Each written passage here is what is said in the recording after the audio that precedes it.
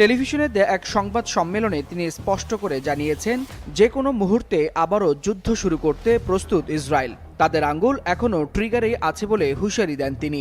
নেতানিয়াহুর দাবি, ইরানের বিরুদ্ধে 6 সপ্তাহের লড়াইয়ে তেহরানের ভিত নড়িয়ে দেওয়া হয়েছে। এই সংঘাতে ইসরায়েল আগের চেয়ে আরও শক্ত অবস্থানে পৌঁছেছে বলেও মন্তব্য করেন তিনি। তবে এখনও কিছু গুরুত্বপূর্ণ লক্ষ্য অর্জন বাকি রয়েছে বলে দাবি ইসরায়েলি প্রধানমন্ত্রীর। এদিকে যুদ্ধবিরতির শর্ত অনুযায়ী লেবাননে হামলা বন্ধ থাকার কথা থাকলেও ইসরায়েলি প্রধানমন্ত্রী বেনিয়ামিন নেতানিয়াহু তার সরাসরি প্রত্যাখ্যান করেছেন। তার দাবি, হিজবুল্লাহকে নির্মূল না করা পর্যন্ত অভিযান চলবে। ইসরায়েলের এই বেপরোয়া অবস্থানকে প্রতিশ্রুতি ভঙ্গের নিকৃষ্ট উদাহরণ হিসেবে দেখছে ইরান। ইরানের সামরিক সূত্রগুলো বলছে, তারা পাল্টা আঘাতের জন্য চূড়ান্ত প্রস্তুতি সম্পন্ন করেছে। দেশটির আধা সরকারি সংবাদ সংস্থা ফার্স নিউজকে একজন সামরিক বলেন, ইসরায়েল প্রতিশ্রুতি ভঙ্গের জন্য কুখ্যাত, এদেরকে কেবল গুলির ভাষাতেই থামানো সম্ভব। ইরান যুক্তরাষ্ট্রের চলমান যুদ্ধবিরতির মধ্যেই লেবাননে হামলা চালায় ইসরায়েল। এতে নিহতের সংখ্যা বেড়ে দাঁড়িয়েছে প্রায় 254 জনে। আহত হয় অন্তত 1000।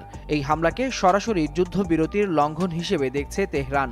ইরানের প্রেসিডেন্ট মাসুদ পেজেশকিয়ান স্পষ্ট ভাষায় বলেছেন, লেবাননে এই হামলার প্রভাব পড়বে চলমান কূটনৈতিক আলোচনায়।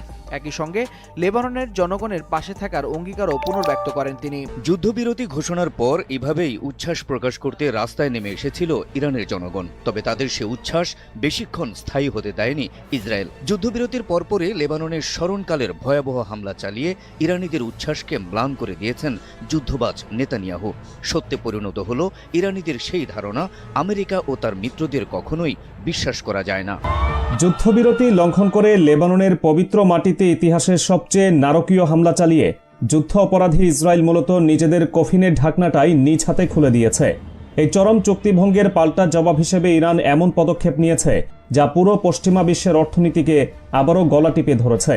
বিশ্ব অর্থনীতির হৃৎপিণ্ড হিসেবে পরিচিত হরমুজ প্রণালী আবারও পুরোপুরি এবং শক্ত হাতে বন্ধ করে দিয়ে তেহরান অত্যন্ত গর্জনের সাথে ঘোষণা দিয়েছে, এবার আর ছাড় নয়, নাফরমান ইসরায়েলের মাটিতে নরকের আগুন নামিয়ে আনা হবে। যুক্তরাষ্ট্রের সাথে যুদ্ধবিরতি চুক্তির প্রথম দিনেই ইসরায়েলকে বড় শাস্তি দেওয়ার ঘোষণা দিয়েছে ইরান। ইরানের এই বক্তব্য এখন নতুন করে উত্তাপ ছড়াচ্ছে গণমাধ্যম থেকে শুরু করে আন্তর্জাতিক রাজনীতির মাঠে। ইরানের প্রশাসনিক কর্মকর্তার এমন বক্তব্যই বলে দিচ্ছে, টানা 40 দিনের যুদ্ধে ইরান কাবু হয়নি, বরং শত্রুর জন্য আরও ভয়ঙ্কর হয়ে উঠেছে। ইসরায়েলের বিরুদ্ধে যুদ্ধবিরতি লঙ্ঘনের অভিযোগ তুলেছে ইরান। ফলে মধ্যপ্রাচ্যে আবারও পূর্ণাঙ্গ সংঘাতে জড়িয়ে পড়ার আশঙ্কা তৈরি হয়েছে।